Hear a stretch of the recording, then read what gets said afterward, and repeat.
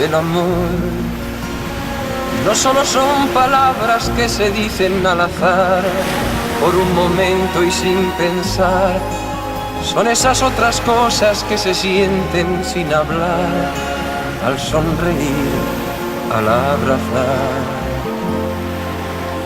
El amor, el amor, el amor, el amor, el amor. A veces nunca llega porque pasa sin llamar, se va buscando a quien amar. A veces cuando llega, llega tarde porque ya hay alguien más en su lugar. El amor, el amor.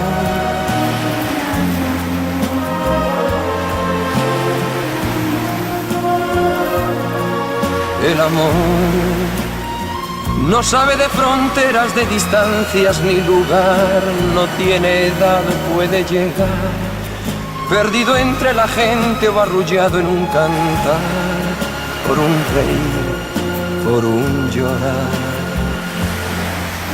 El amor, el amor, el amor.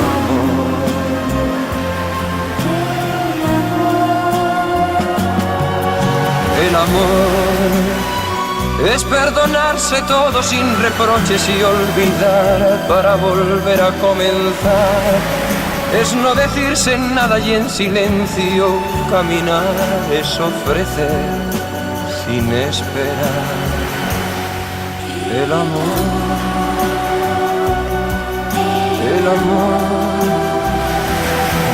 el amor. El amor.